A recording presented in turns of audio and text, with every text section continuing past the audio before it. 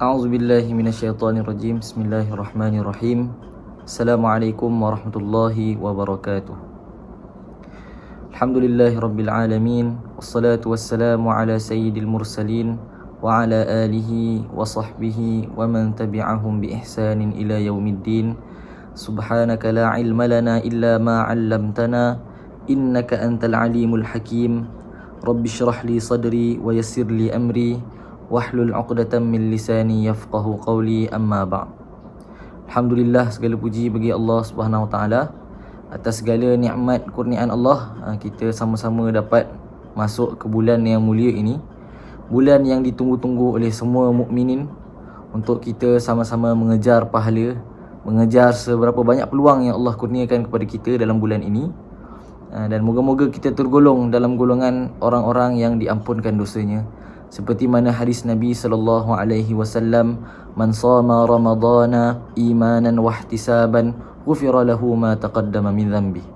Barang siapa yang berpuasa Ramadan dengan penuh keimanan dan penuh ihtisab, penuh berkira-kira mengharapkan pahala Allah Taala, maka diampunkan baginya dosa-dosanya yang telah lalu. Begitu juga bagi mereka yang mendirikan malam Ramadan. Dia ada dua hadis yang hampir serupa. Man shama, barang siapa yang berpuasa, dan man qama, barang siapa yang mendirikan malam Ramadan imanan wa ihtisaban, dengan beriman dan penuh berharap-harap kepada pahala dan pengampunan Allah, ghufira lahu ma taqaddama bi dhanbi, diampunkan baginya dosanya yang telah lalu. Jadi moga-moga kita tergolong dalam golongan orang-orang yang diampunkan dosanya oleh Allah sepanjang madrasah Ramadan ini, insya-Allah. Jadi Ramadan bukan bulan untuk berehat-rehat. Sahabat-sahabat dan para tabi'in mengambil Ramadan ini sebagai bulan perjuangan. Kalau kita tengok berapa banyak siri-siri kemenangan umat Islam di dalam perperangan berlaku di dalam bulan Ramadan. Dalam perang-perang yang kalau ikutkan logik akal mustahil orang Islam menang, sangat susah. Tetapi apabila datangnya bantuan Allah Ta'ala dan juga ianya berlaku dalam bulan yang mulia ini, maka umat Islam mendapat kemenangan. Antara perang-perang yang berlaku di dalam bulan Ramadan yang insya-Allah akan dikupas oleh sahabat-sahabat kita di dalam live-live di hari yang berikutnya, antaranya ialah perang Badar. Perang Badar berlaku pada bulan Ramadan. Kemudian perang Khandaq. Perang Khandaq berlaku pada Syawal, tetapi kita tahu perang Khandaq ada parit. Kalau berlaku perang tu pada bulan Syawal, maka parit itu digali bulan sebelumnya lah. Boleh kita kata bulan Ramadan lah. Galian parit perang Khandaq. Kemudian pembukaan semula kota Mekah. Nabi SAW berhijrah daripada Mekah ke Madinah. Kemudian bila baginda ingin membuka semula kota Mekah, kota tanah kelahiran Nabi SAW, peristiwa itu berlaku pada bulan Ramadan. Juga beberapa kemenangan Islam yang besar, seperti mana kemenangan perang Hittin. Perang Hittin ni perang salib lah, antara Salahuddin Al-Ayyubi dan juga tentera salib, yang mana dia ialah peperangan paling besar untuk membuka Baitul Maqdis pada ketika itu, membuka Palestin oleh Salahuddin Al-Ayyubi. Juga perang Ain Jalut, Saifuddin Qutus ketika mana Hulagu Khan menjatuhkan kerajaan Islam Abbasiyah. Kemudian Saifuddin Qutus daripada Mesir berperang dengan Hulagu Khan di satu tempat lembah bernama Ain Jalut, dan perang itu juga berlaku pada Ramadan, 10 akhir, malam akhir Ramadan. Jadi hari ini insya-Allah kita akan mengambil semangat daripada para sahabat ini, para tabi'in, para ulama kita dahulu, yang mana mereka ini mengambil Ramadan sebagai bulan perjuangan, bulan jihad, bukan bulan rehat, bukan tidur sepanjang hari dari pagi sampai maghrib tidur lepas maghrib makan ngantuk sambung tidur lagi, bukan. Tapi kita mengambil perang ini sebagai bulan ini sebagai bulan perjuangan, bulan jihad, untuk kita berjihad dengan apa yang kita mampu. Jadi insya-Allah hari ini kita akan sama-sama mendengar satu perang yang berlaku dalam bulan Ramadan, iaitu perang Zallaqah. Zallaqah. Perang Zallaqah ini berlaku di Andalusia. Andalusia ni sekarang kita sebut sebagai Spain, Spanyol, dan sebahagian Portugal. Dulu, satu masa dahulu, Spain dan Portugal disebut sebagai Andalusia, kerajaan Islam Andalusia, yang mana kerajaan ini memang Islam. Kita boleh bayangkan player Spain sekarang Lamine Yamal, kemudian siapa, Cucurella. Dulu atuk nenek moyangnya pernah diperintah oleh orang Islam, malah mungkin atuk neneknya juga orang Islam. Atuk nenek moyangnya pun ialah orang Islam. Contohnya Lamine Yamal, player meningkat naik main bola yang meningkat naik, ini juga ialah seorang Muslim kan. Jadi memang ada sebahagian player Spain, pemain bola Spanyol yang Muslim, mungkin berakar umbi kan, berasaskan daripada nasab dia tu daripada nenek moyang dia yang daripada kerajaan Islam Andalusia ni lah. Kerajaan Islam Andalusia bertapak di Spanyol selama 781 tahun. Bermula daripada pembukaan oleh Tariq bin Ziyad. Tariq bin Ziyad datang daripada Afrika, kemudian membuka Spain dan Portugal ini, menubuhkan kerajaan Islam Andalusia pada tahun 711 Masihi. Kemudian kerajaan terakhir ialah kerajaan Granada, jatuh pada 1492. Lebih kurang 781 tahun Islam bertapak di Andalusia kan. Yang kita tengok Spain sekarang kan, bukan kerajaan Islam kan, tapi dulu ialah kerajaan Islam. Perang Zallaqah ini berlaku di situ. Okay, kerajaan Islam Andalusia ataupun sekarang kita panggil sebagai Spain. Kenapa namanya Zallaqah kan? Dalam bahasa Inggeris dia sebut The Battle of Sakrajas. The Battle of Sakrajas. Apa maksud Zallaqah? Zallaqah maksudnya ialah tanah yang licin. Kerana peperangan ini berlaku kerana banyaknya darah yang tumpah, dan perang ini berlaku di atas padang rumput hijau. Kerana banyaknya darah yang tumpah, maka padang itu menjadi licin kerana darah kan. Padang hijau bertukar merah. Sebab itu bila tanah itu licin, nama perang ini diberi nama Perang Zallaqah. Baik. Perang Zallaqah berlaku pada subuh hari Jumaat Ramadan 459 Hijrah bersamaan dengan 1086 Masihi. Satu masa yang dululah, lebih kurang 1000 tahun yang dulu. Okey, perang ini penting sebab kalau kalah Islam pada perang ini, maka ketika itu mungkin kerajaan Islam Andalusia akan jatuh lah. Tapi alhamdulillah kita memenangi perang ini. Tak apa, kejap kita dengar jangan bagi spoiler. Okey. Jadi macam mana perang ini boleh berlaku? Kita bayangkan kerajaan Andalusia ini satu kerajaan Islam. Di bahagian utaranya, di atasnya, ada sebuah kerajaan disebut kerajaan Castile dan Leon. Leon dan Castile, yang diperintah oleh seorang raja yang bernama Raja Alfonso VI. Okay, Raja Alfonso VI ini menguasai sebuah negeri di utara Andalusia. Andalusia kerajaan Islam, di utaranya ada sebuah negeri, Leon dan Castile, diketuai dan dipimpin oleh seorang raja, Raja Alfonso VI.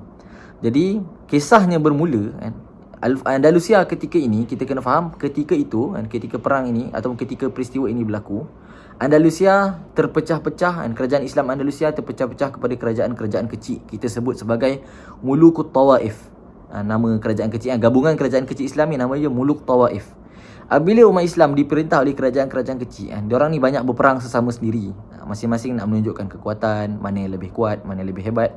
Maka umat Islam berperang sesama sendiri dan tidak bersatu. Ketika itu Raja Alfonso VI ni mengambil peluang untuk menjajah negara umat Islam. Bila kita tak bersatu, memang kita kena lah.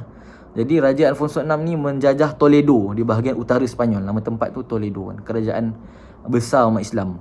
Jadi apabila Toledo jatuh ke tangan Leon and Castile ni, Raja Alfonso VI, maka baki kerajaan di bahagian selatan ni rasa terkejut, sebab itu ialah kerajaan besar Toledo, kerajaan Islam yang agak kuat di Andalusia ketika itu, tetapi boleh jatuh di tangan Raja Alfonso VI. Jadi diorang ni buat perbincangan macam mana kita nak menghadapi kemarahan ataupun kedatangan tentera Raja Alfonso ini. Maka mereka pun membuat satu keputusan penting, iaitu mereka meminta bantuan daripada daripada Afrika, meminta bantuan daripada sebuah kerajaan Islam di Afrika bernama Daulah Morabitun. Daulah Morabitun ketika itu dipimpin oleh seorang panglima atau seseorang yang bernama Yusuf Ibn Tashfin. Daulah Morabitun daripada Afrika Utara, sekarang disebut sebagai Maghribi ataupun Morocco. Pemimpin Morocco ketika itulah Yusuf Ibn Tashfin. Jadi orang-orang di Spain ini, di Andalusia ini, bila tengok kedatangan tentera Raja Alfonso, dia orang decide untuk kita tak boleh tunduk kepada kerajaan kafir, maka kita ambil, kita terpaksa minta bantuan daripada kerajaan Islam yang lain, yang mana mungkin sebelum ni hubungan antara dia dengan kerajaan Islam tu taklah berapa baik kan. Tapi ini ialah satu benda yang kita boleh ambil, macam mana walak dan baraknya kan.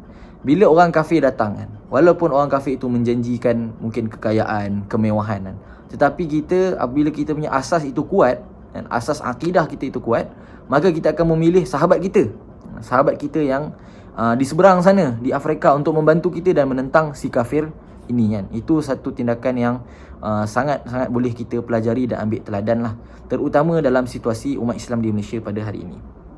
Baik.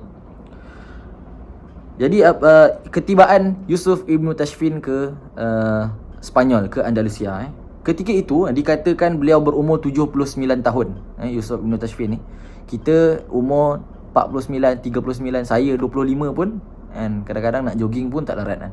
Tapi Yusuf Ibn Tashfin ini pada umur 79 tahun memimpin tentera, bala tentera untuk memerangi Raja Alfonso tadilah, menyeberangi lautan dan membantu saudara seakidahnya di Andalusia. Kemudian gabungan tentera Murabitun yang datang ini dan muluk Tawaif yang memang ada di Andalusia ini, gabungan mereka sejumlah 30,000 orang tentera. Manakala Raja Alfonso ada 80,000 orang tentera. Ini tragedi biasa. Tragedi biasa dalam peperangan dalam Islam kan. Kita sikit, musuh ramai kan.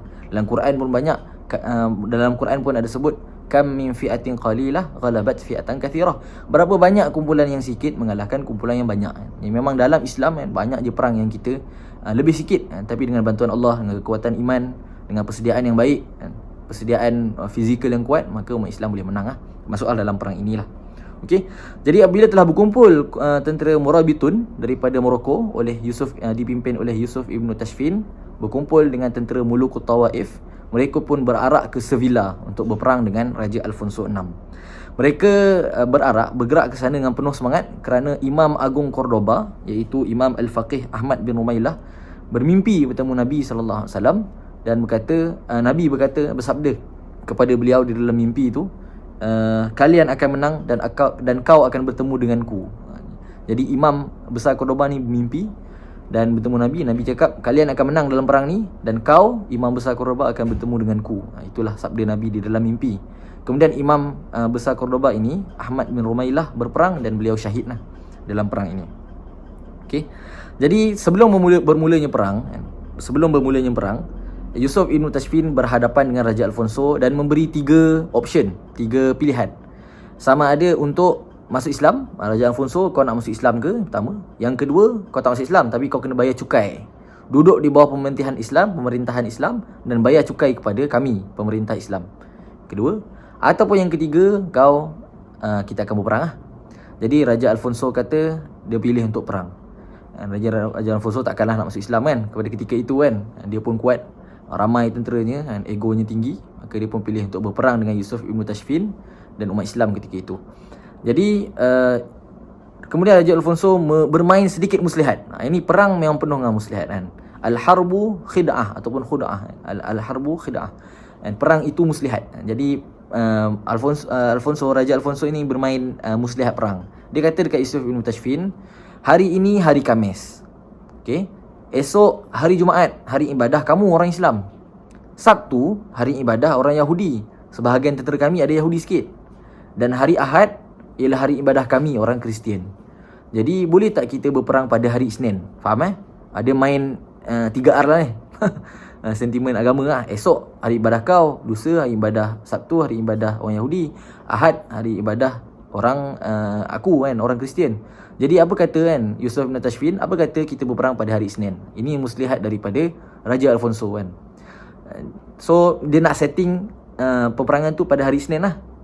Jadi tapi Yusuf bin Tashfin dia peka, dia alert. Dia rasa ini muslihat.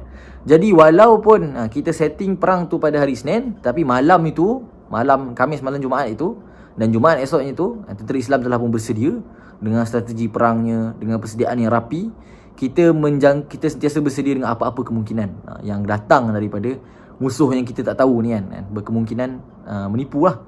Jadi betul tekaan daripada Yusuf Ibn Tashfin. Esok subuh hari Jumaat, tentera Raja Alfonso ini pun menyerang umat Islam dan berlakunya peperangan pada hari Jumaat itu kan. Di Raja Alfonso ingat tentera Islam ni tak bersedia, tapi rupa-rupanya tentera Islam sangat bersedia dan memberikan tentangan yang sengit. Maka ketika itu bermulalah peperangan, bermula daripada subuh hari Jumaat itu sehingga ke asar. Maka peperangan itu berlangsung sengit. Seperti yang saya kata tadi, 30,000 umat Islam menentang dengan 80,000 tentera kafir kan, tentera Raja Alfonso ni lah daripada Castile tu. Jadi tentera Islam alhamdulillah, dan kita Pendek cerita, dan itulah penghabisannya. Tentera Islam menang selepas peperangan yang panjang daripada subuh sehingga ke asar ketika bulan Ramadan. Tentera Islam menang dan Raja Alfonso ini lari semula ke negerinya, dan dikatakan kehilangan sebelah kaki disebabkan peperangan maksudnya mungkin putus ataupun sebagainya. Jadi Yusuf Ibn Tashfin selepas daripada peperangan itu, beliau pun meneruskan perjalanan ke daerah-daerah yang telah pun dijajah sebelum ni oleh Raja Alfonso, dan membebaskan semula semua daerah-daerah itu kembali kepada pemerintahan Islam. Jadi sehinggalah seluruh Andalusia ketika itu dikuasai semula oleh Yusuf Ibn Tashfin dan juga oleh Daulah Marbitun umat Islam. Jadi itulah dia sedikit kisah daripada perang Zallaqah Zallaqah, tanah yang licin. Kerana banyaknya darah yang tumpah, maka perang padang yang hijau itu bertukar merah, daripada subuh sehingga ke asar peperangan itu berlaku. Jadi sedikit mungkin pengajaran yang kita boleh ambil daripada kisah ini. Pertama sekali, Ramadan bukan bulan berehat. Kalau kita tengok para ulama terdahulu, para sahabat Nabi juga berperang pada bulan Ramadan, menggali parit pada bulan Ramadan, membuka kota-kota pada bulan Ramadan. Jadi sebenarnya Ramadan ni dia ada ajaib dia tu. Dia ada dia punya kehebatan dia, kekuatannya, betul kan? Jadi kita perlu mengambil kekuatan itu untuk membuat kerja-kerja jihad, kerja-kerja dakwah ini pada bulan Ramadan. Yang kedua, kita boleh tengok macam mana umat Islam walak dan baraknya kepada siapa. Sepatutnya umat Islam mestilah meletakkan walaknya, kasih sayangnya, lemah lembutnya kepada umat Islam. Dan juga dia mesti sentiasa bertegas dengan orang kafir. Itu yang kita sebagai umat Islam di Malaysia perlu ambil perhatian, dan perlu ambil sebagai satu pegangan kita kan. Walak kita, kasih sayang kita kepada umat Islam dan bertegas kita dengan orang kafir. Sekarang ini banyak benda yang berlaku. Kita bertegas dengan orang Islam, yang ini bid'ah, yang ini tidak baik, yang ini tidak baik kan. Tetapi kita berlemah lembut dengan orang kafir kan. Dalam isu umat Islam, kita cepat dalam komen, cepat dalam marah, cepat dalam kritik. Tapi dalam isu yang ditimbulkan oleh orang bukan Islam, orang kafir yang jelas menceroboh tanah, yang jelas melakukan perkara-perkara yang tidak baik, dalam isu-isu itu kita berdiam diri. Benda ni tak betul. Sepatutnya bila kita belajar daripada kisah ini, kita meletakkan kasih sayang kita, taat setia kita, walak kita kepada umat Islam. Apabila ada berlaku pencerobohan tanah ke atas umat Islam, maka kita kena sama-sama bangkit dan membantu dengan apa yang baik kan, mengikut peraturan, mengikut undang-undang lah. Dan apabila benda itu membabitkan orang kafir kan, ancaman-ancaman yang berlaku di negara kita, kristianisasi, isu kalimah Allah yang mahu dibawa masuk ke dalam kitab-kitab mereka, ini ialah satu benda yang kita kena lawan. Okay, jadi itu mungkin sedikit sebanyak pengajaran yang kita boleh ambil daripada kisah kita pada hari ini, perang Zallaqah. Jadi saya harap tuan-tuan dan puan-puan sedang hadirin hadirat yang dirahmati Allah sekalian mendapat sedikit sebanyak kebaikan daripada kisah kita pada hari ini. Terima kasih kepada Rumah Dakwah Ismail Ipoh di atas jemputan kepada saya untuk bersama-sama dalam projek tausiah Ramadan ini. Jadi apa yang baik itu datang daripada Allah Subhanahu Wa Taala, dan yang buruk, tersilap cakap, itu datang daripada diri saya sendiri. Saya mohon ampunan maaf kepada semua atas kesilapan saya. Wabillahi taufiq wal hidayah. Wassalamualaikum warahmatullahi wabarakatuh.